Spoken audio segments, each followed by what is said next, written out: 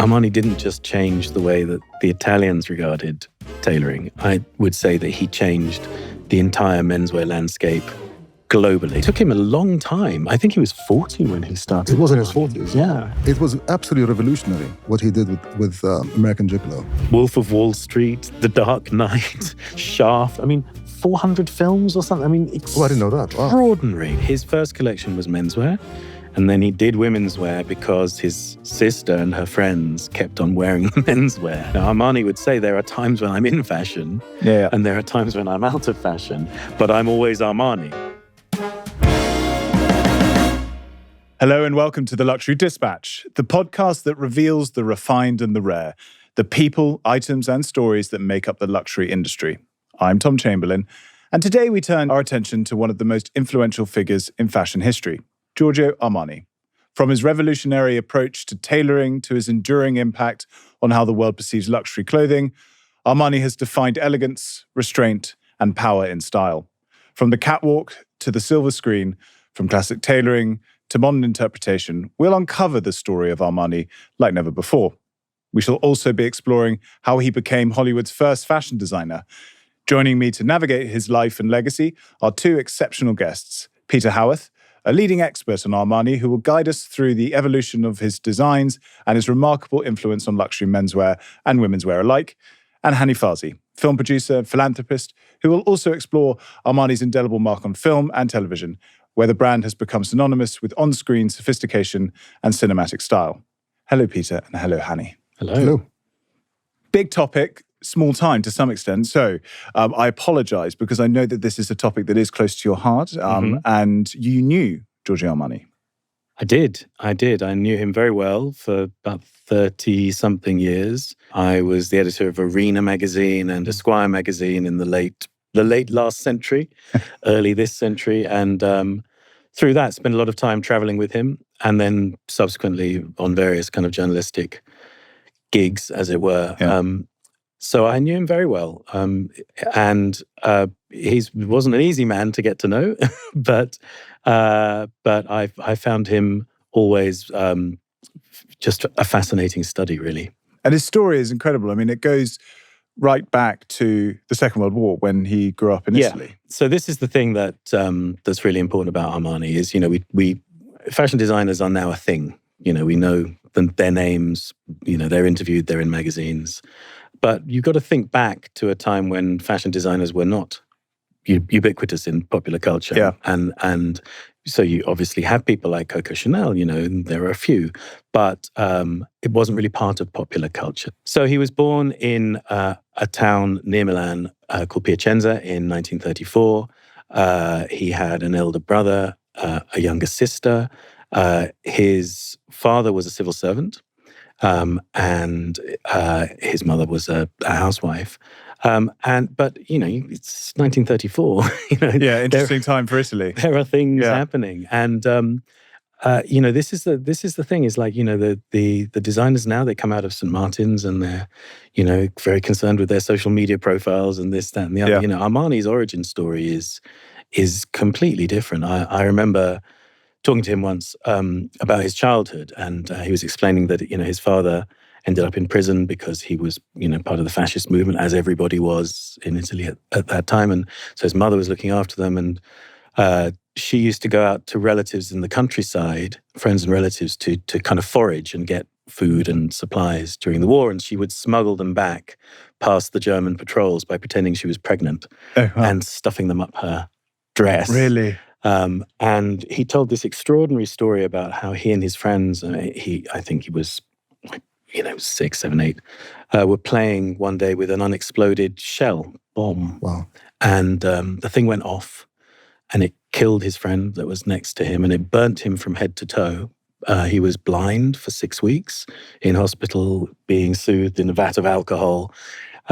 And just, that sort of experience is extraordinary. When he was telling me that story, he rolled up his trouser leg and he said, "You see this?" And there was a little burn mark. He said, it's skin memory. It was where his buckle from his sandal was burnt into his leg.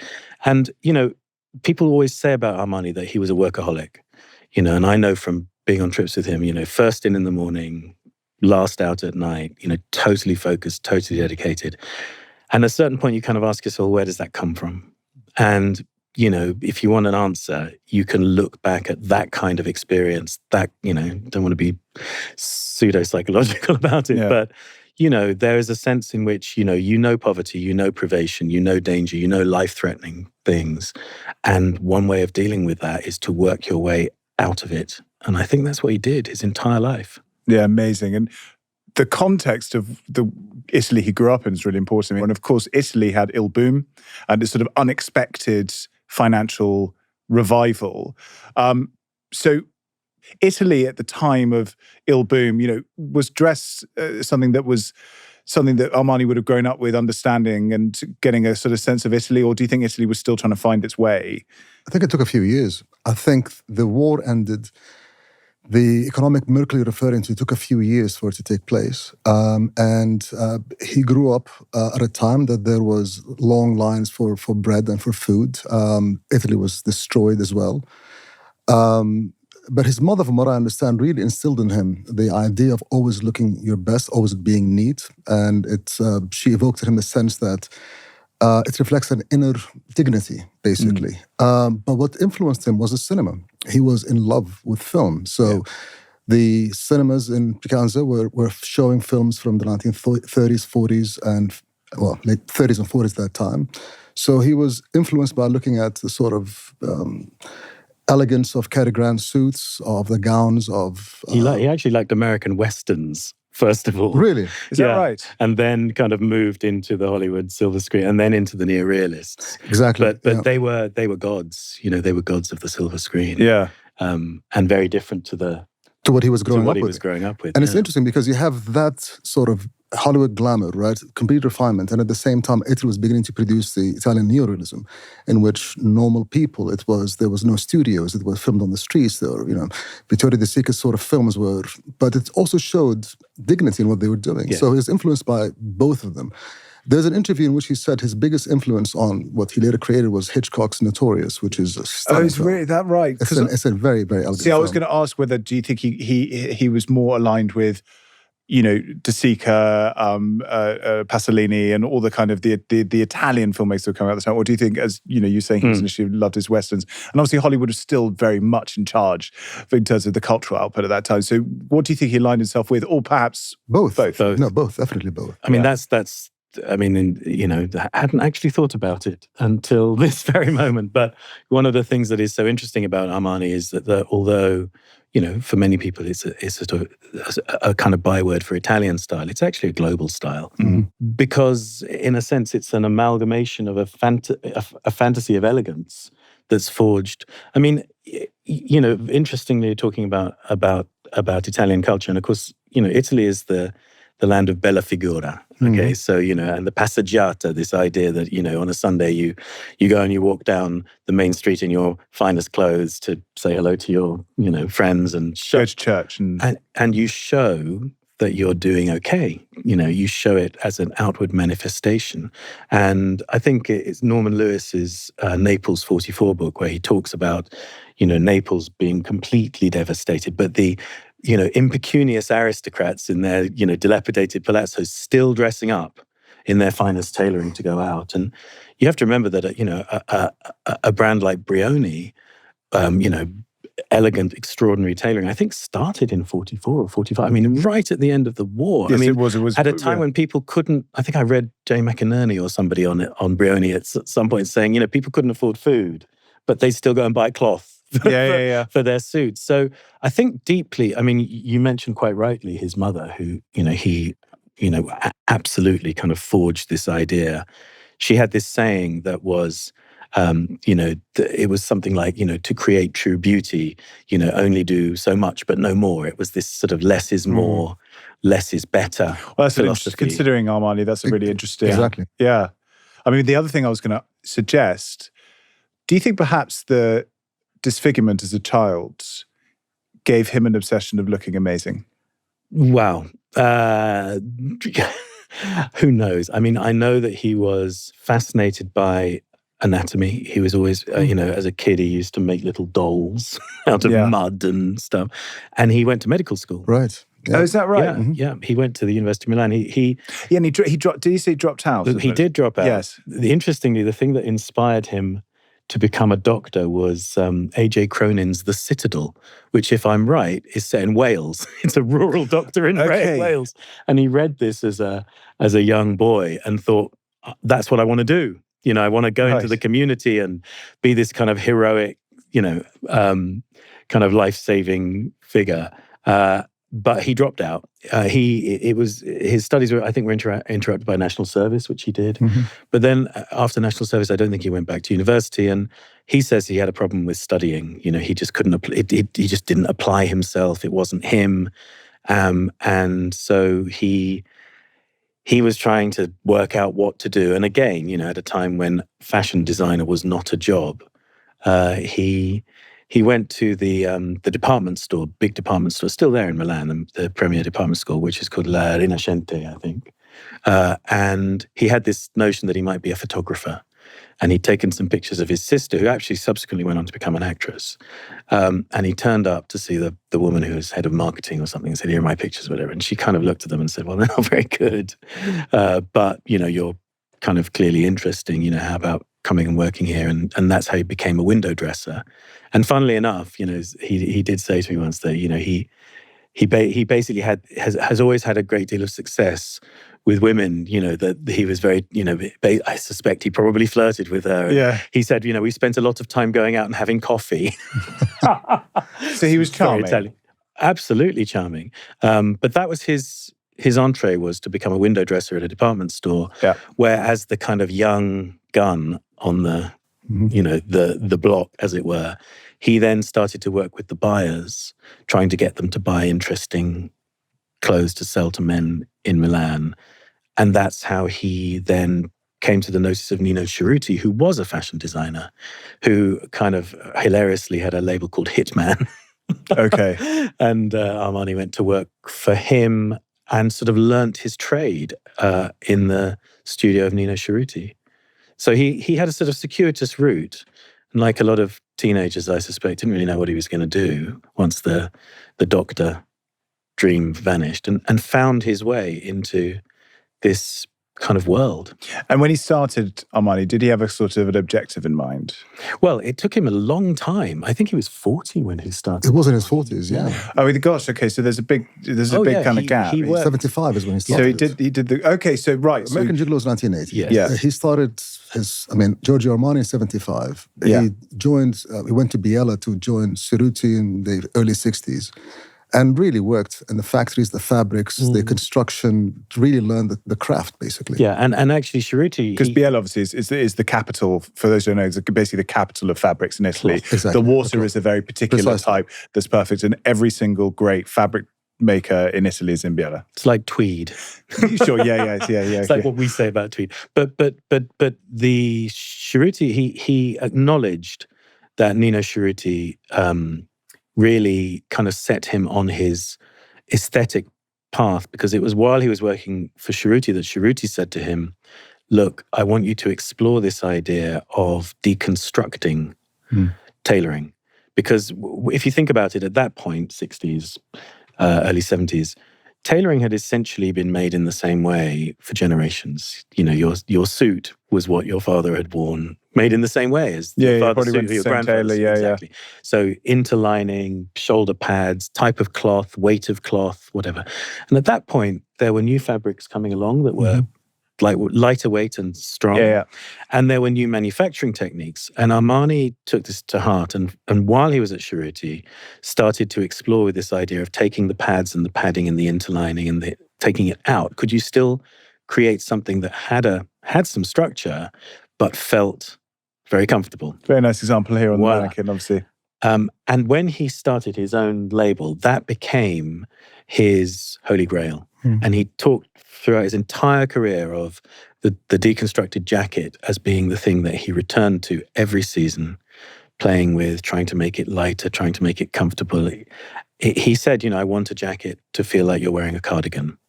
Oddly enough, it feels like every subsequent Italian designer, it feels like they've also wanted to try and take on that challenge too, as if to kind of, do their own version of that, maybe. I mean, it's difficult to name names because they might vehemently deny that this is the case. But it feels like, especially in Italy.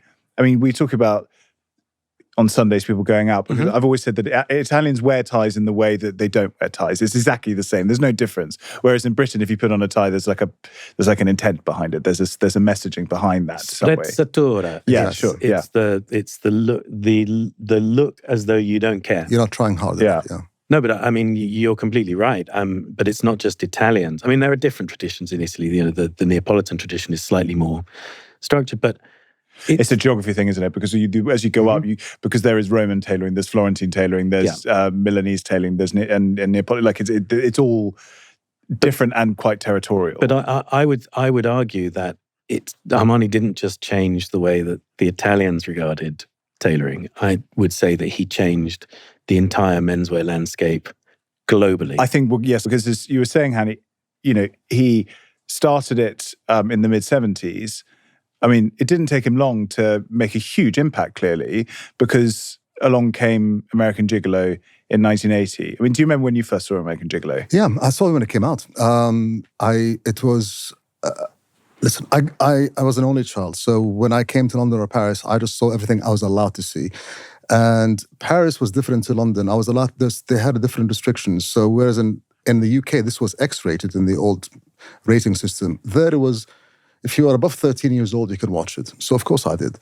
And I was captivated by it completely. I mean, from Blondie singing Call Me to the scene of which he's putting the clothes on, and that just was an explosion in my mind. Do you remember that? So people always talk about that scene because essentially what he's doing is he's acting like a stylist. He's pulling out precisely the shirt and the ties and putting them on the bed and matching them up, rather like he would have seen. Richard Gere would have seen Armani do. Put some stuff together. Well, there's two things I have to say about American Gigolo that many people don't know.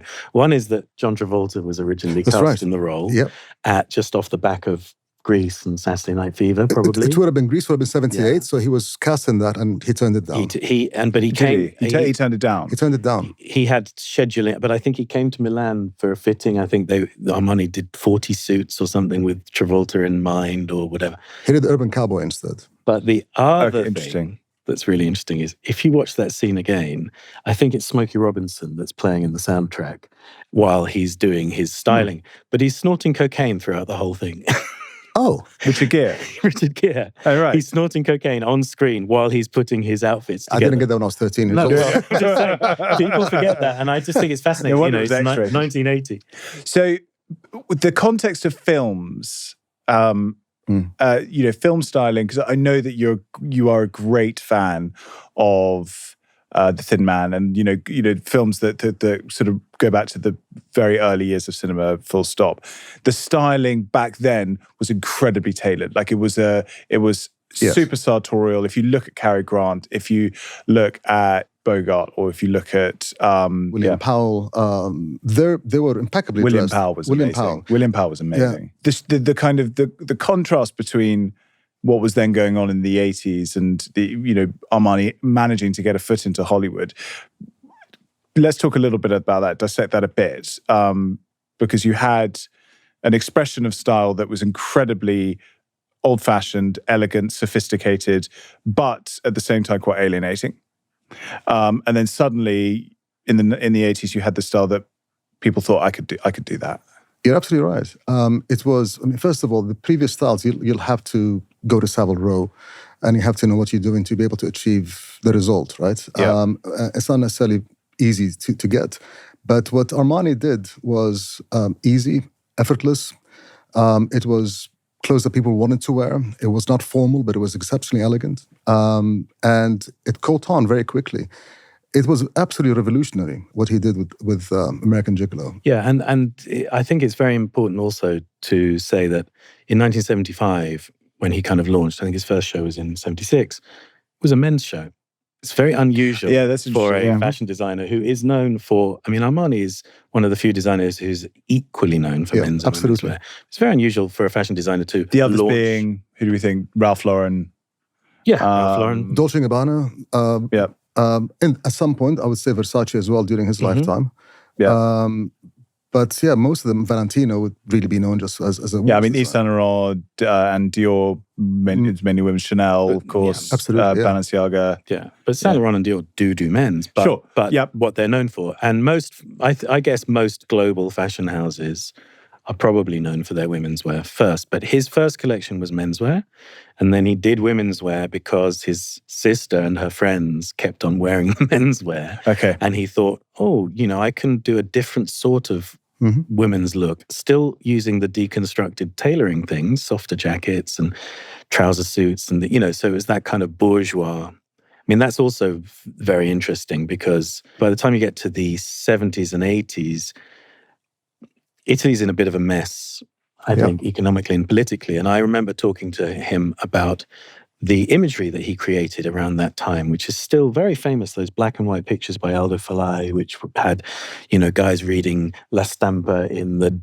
square by the Duomo. And, but he said that he and this photographer, Aldo Falai, very consciously wanted to project an image of a successful, and he used the word bourgeois, Italy.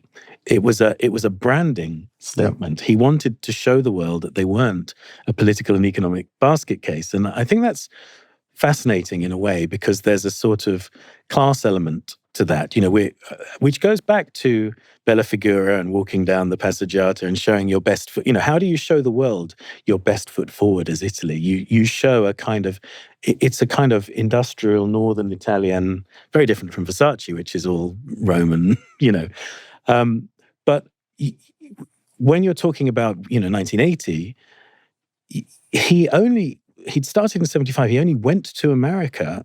Clothes only launched in 79. So how did he get his foot in the door? Well, he was asked to do the film by Paul Schrader. So I have no idea how Paul Schrader found him, but he was asked to do the film and he thought, I love cinema. This will be fun. He had absolutely no idea that it would be the kind of step change from a marketing point of view. 1982, he's in the cover of Time magazine. Okay. The first designer since Dior, I think, since Christian Dior, to be on the cover of the magazine. I mean, extraordinary. In that short, not even 10 years old as a brand. And so he did American Gigolo and he was completely gobsmacked by the impact that it had. And that's really where fashion's infatuation with the cinema and by extension the red carpet and all the rest of that we've come to know started. So when I've kind of said he's Hollywood's first fashion designer, that's not hyperbole, that's probably right. No, there were some people like Givenchy and people like that who did Audrey Hepburn. Givenchy would be the one, but then again, these are couture pieces. These are, not necessarily that easy to do, not affordable. You couldn't find them in a store, whereas this was a collection. This was something you can actually buy. And think about that scene where he's laying the things out on the bed. He's doing it himself.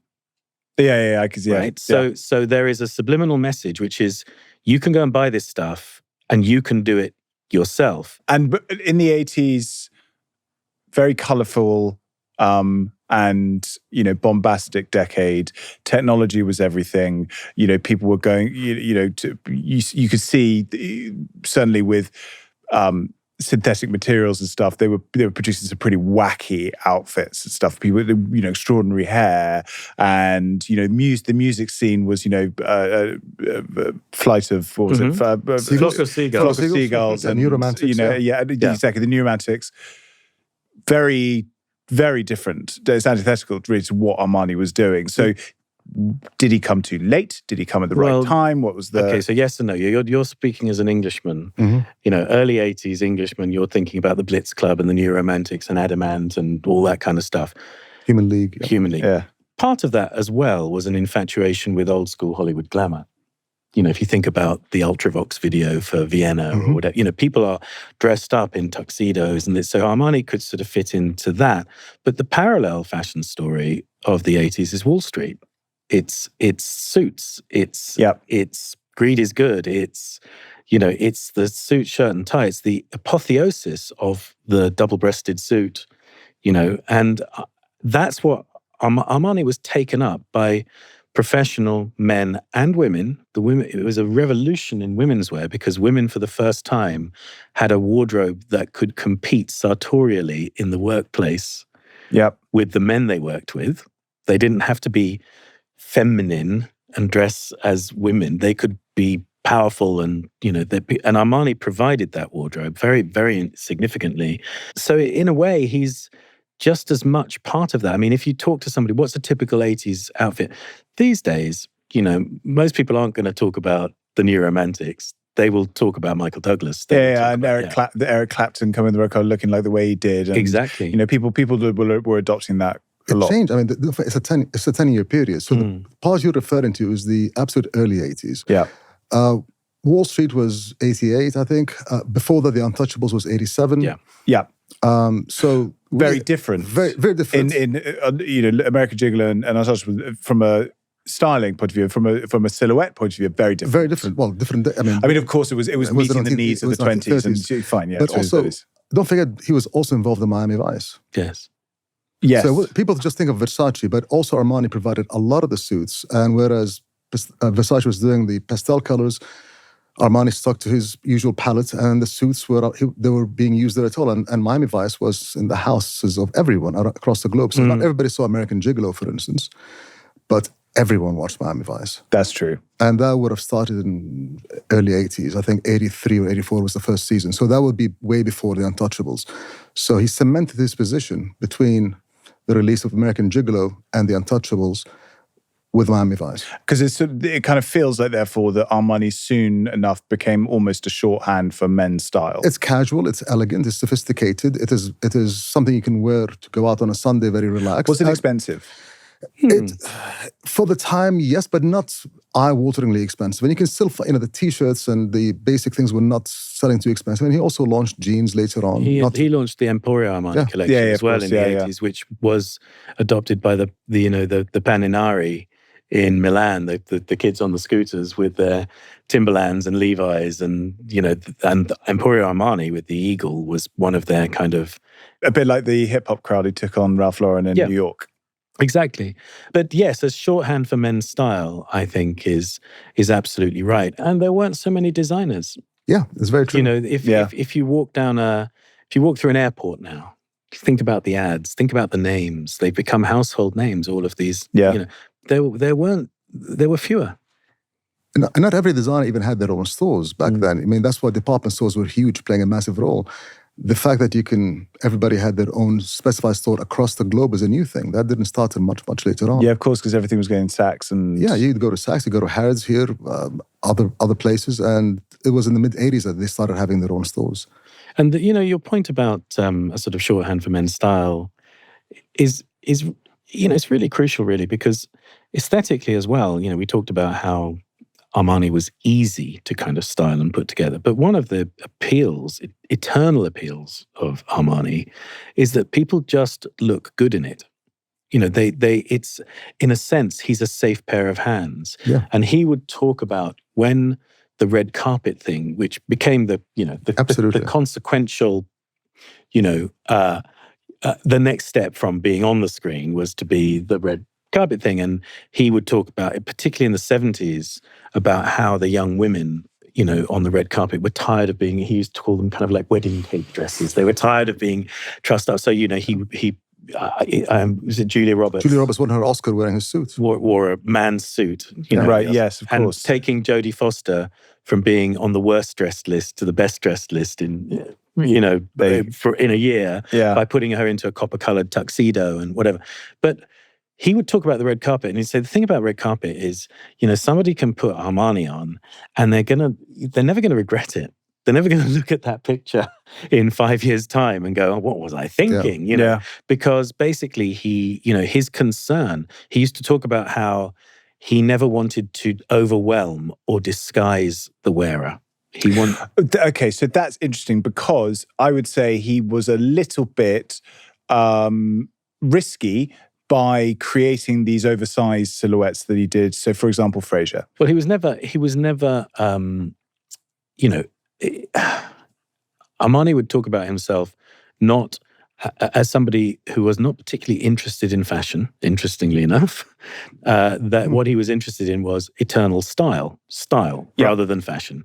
And the difference being that, fashion follows trends and fads. And if you get caught up in trends and you start following trends, you can get very lost because you flip-flop and you go around. So he was like, well, I'm always Armani. Now, having said that, he's not immune to the culture. So those oversized Niles Crane suits were 1980s suits. 1990s, I think. 1990s, yeah. 1990s, if you look at, they were not weird for the time. Exactly. Every designer had everyone was wearing. Okay. Cerruti had the same thing. Versace had them. That was unfortunately the look. So he wasn't so much leading the way as just being a part of the part of the culture. But, so I would say that it's a wise thing for him to have said that he's not interested in fashion, because my feeling is that men in general aren't either in terms of what fashion is. I think, if you look at the Gillette ads in the 1990s, right, it was all about, professional men who shaved with their floppy hair just before getting a shirt on and wearing it. It was Armani suits. Like it was, Armani looking suits. It was that kind of, but it was very much about, business and success and achievement. Yeah. And that was the messaging. Using men, all of whom it wasn't an interested in fashion bunch. It was just a professional type, which I think makes up a vast constituency of men. Most of us aren't actually that interested in fashion. We are more interested in just looking nice when we put a jacket on or a jumper on or a pair of trousers on. And so there is a fairly well set code that can help achieve that.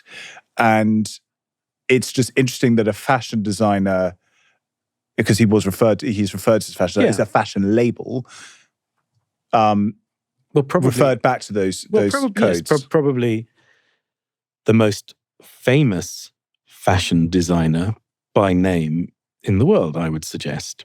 But he talked about elegance and style rather than fashion. Yeah. He saw fashion as something that was ever-changing, but he was about elegance. And that, in a sense, can go back to, when we were talking earlier about when he started and he wanted to present this idea of a kind of successful and bourgeois Italian look. Goes back to Cary Grant. It goes back to, those kind of screen idols. It's eternal elegance. And latterly, it was interesting because, of course, the narrative favored him in a sense, because he was very vocal during COVID about, when we come out of this, we have to bear in mind that we've been making too much stuff. And, we need to make less and make better. We need to buy less and buy better. And you can only do that if, number one, the thing is good quality in terms of what it's made from and how it's made. Yeah. But number two, if your aesthetic is designed to last. Because if your aesthetic is designed to date, which is actually fast fashion is, built-in obsolescence. It's a default setting for fast fashion. Something new. I need something new. I haven't worn it out, but I just need something new. I mean, it's hard to be perennial. Yes, it is. It's hard to sort of make something that will last forever and be relevant forever. I think culturally as well, it's particularly hard because there has been such, in the last sort of 20 years, this building demand on, the creators to do for newness. It's all about the new. Yeah, that's very true. And so to actually have the presence of mind to say, I'm not going to buckle to that. I'm not going to follow that just because you're all telling me.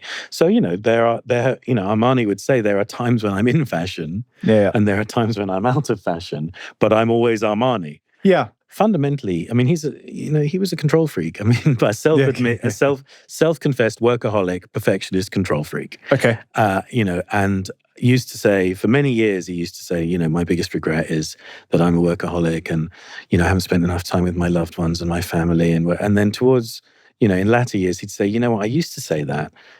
But now I kind of think that's just the way I am. It's what makes me happy. It's what keeps me going. So I'm not, there's no regrets, Yeah, a therapist might tell him it's worked out quite well for him. Well, exactly.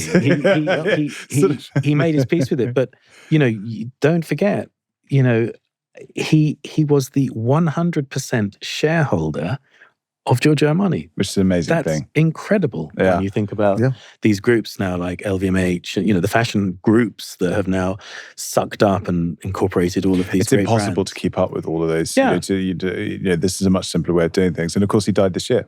And he died this year. And being a 100% shareholder of your fashion company is perhaps not unusual if you have a couple of shops in Covent Garden. Yes, exactly. Yeah. Whatever. But if Family you are tailor a global business, then that's quite extraordinary. And he was, to the very end, intimately involved in every decision, which is hard to believe. But I've been with him in, Shanghai at a fashion show, backstage, and he is literally adjusting every outfit as the models come to the catwalk himself. There are other fashion designers I've seen sit in the front row and watch their own fashion shows. Right. But he was there, at minutiae. Extraordinary. Amazing. And that commands, a huge amount of respect. I think that's the interest. And what was interesting when he died was this kind of big sort of outpouring of people sort of saying, gosh, this man was really important. He really did extraordinary things, which is very difficult. It's very difficult to sustain that level of interest for 50 years. There's going to be new people coming along who are going to be exciting and this, that, and the other. And there's Giorgio Armani, and he's always there, and he's almost like a kind of, sort of a kind of constant fixture. But then when he died, everyone was like, oh, wow, look at what he did. You're talking about the films. We talked about Gigolo and Untouchables, but don't forget, Goodfellas, Wolf of Wall Street, The Dark Knight, Shaft. 400 films or something. I didn't know that. Wow. Extraordinary number of things that he's worked on. And actually, it would be a mistake not to mention Scorsese, who was a great friend of Armani's. And Armani, obviously worked with him on Goodfellas and Shutter Island as well. And Wolf of Wall Street. And Wolf of Wall Street. But Scorsese made a documentary about him called Made in Milan. It's a short film about Armani. It's almost like an ad for Armani. Yeah. But Martin Scorsese doesn't make ads, but he made this film. And there's a sort of group of Scorsese, De Niro, DiCaprio. These are all kind of Armani people in a way. And somebody once said to Robert De Niro, this is some red carpet or something, why you always wearing Armani? And he said, a man's got to show some loyalty, which that's very good. Great reply. And a permanent fixture on the red carpet, the Oscars. He worked out that was also extraordinary publicity. That's amazing. One of the first ones to also do men and women on the red carpet. Yeah. And you'd have in the same year winner Best Actor and Best Actress both coming with Armani. And also, don't forget, it's a really long, tedious thing, the Oscars.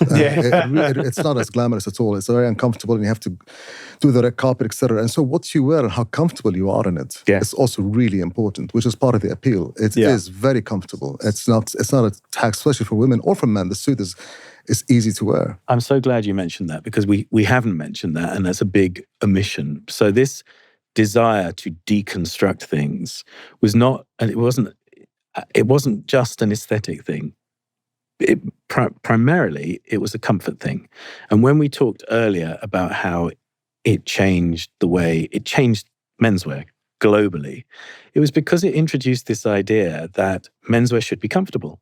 Tailored menswear should be comfortable. Yep. Sounds really obvious, but up until that point, we had put up, as men in tailoring, with a lot of discomfort or restriction or uncomfort or whatever the word is. And his point was, no. It should just be comfortable. It should feel like a cardigan. It should feel like, And today, I challenge you to not see that influence in tailoring, even on Savile Row, which, is a different kind of thing. Mm-hmm. But compared to 30 years ago, Savile Row suits are not the kind of stiff. The higher armhole, I think, is the sort of the kind of the great adjustment that people made. And that's his significance, Cucinelli looks very different to Armani, but the ethos, which is you ought to be able to throw this thing on and just kind of be comfortable. That you can date that to the mid-70s, to Armani's experiments with deconstruction. Yes. And so I guess in summary, could you argue that he met his objective of kind of mastering the unstructured jacket? I think he absolutely met it. I think beyond that, he would talk about how he had a dream from a very early age or very early point in his career of creating a kind of Armani universe, like applying this elegant aesthetic to the way he saw the world. It was a philosophy. It wasn't just about making clothes. It was a philosophy. And I would say that probably more than any other fashion designer, with the possible exception of Ralph Lauren, but Ralph Lauren I see much more like a movie director, stylist kind of creating, a kind of tableau. Exactly. I think so. Yeah. Whereas Armani, I think, was intimately involved in the thing itself. Yeah. But I think he created that universe, successfully created that universe, an Armani hotel, an Armani restaurant, an Armani cafe, an Armani sofa, an Armani red carpet outfit, an Armani piece of ready-to-wear. It is all of a piece. Mm-hmm. And when you want to talk about brand, successful branding, that's extraordinary. That is absolutely extraordinary. And it entirely authentic, entirely from him. And he told one fantastic, he was in China very early, very, very early. And I can't remember the year, but it was, really early, 80s maybe even. Oh. And he tells this story about how when he went to China, he's like, I'm going to have a red door because it's China. I'm going to have and the number 8 on it. And the Chinese didn't want Armani from Milan to have a red door. And he sort of went, oh, no, they want me to be Armani. So when he kind of nodded to it, it's like, oh, no. Interesting. So that's fascinating. My fascination in some respects stems from the fact that this guy from, a fairly, modest background in Piacenza ended up being, bestriding the world. That's quite extraordinary. I completely agree. He succeeded and he created a clear DNA of what his style is. It's unmistakable. And he followed throughout his entire career. He succeeded in becoming a designer that does amazing and beautiful clothes for both men and women, using a specific style, very unisex, same tones, and you can trace his style as being a continuation of the same aesthetic, basically, throughout over the last 50-odd years. And to me, the fact that he succeeded in a very difficult business, which is hospitality as well, and in manufacturing furniture as well, is just incredible. There's nothing quite like that. And as much as I love and respect Ralph Lauren and what he does, Giorgio created something that was that was his aesthetic, his look, his feel. And it's incredible. So, Hani, you saw Armani once in your Ciccone days, didn't you? Yeah. So I opened Ciccone's in 2000. And for those who don't know, Ciccone's is a very, very, very in-demand restaurant bang in the middle of Mayfair, which, if you can get a table there at any point, then well done you. Its heyday was certainly when you opened and owned it. So anyway, sorry to interrupt. I just think it's good giving context. So I was there every day, and we had people from Clinton coming to Madonna, everybody, and usually. By then, I was already a few years in the business, and I was completely comfortable and happy and relaxed about anybody coming. The only time I was starstruck was when Armani arrived. And I was, I don't know, it was, the guy had presence. And I still remember, 25 years on, what he actually ordered. He had a chicken paillette and he had mint tea afterwards. And I was from far away observing and making sure that nobody dropped anything, who's going to be sitting at the table next to him, just orchestrating the whole thing. And I had to get all my... I'm like, okay, if you don't go and say hi to him at the end, then you may never get this chance again. And sure, at least I did go briefly, and I didn't ask, so how was your dinner? I just welcomed him and thanked him for coming, and I left. And thank God I did, because I never saw him again. But he was exceptionally charming, very polite, Didn't say much in English at all. Okay. And he left a nice tip for the guys, so it was lovely. Very good. That's very funny. I mean, the order, amazing that you remember it.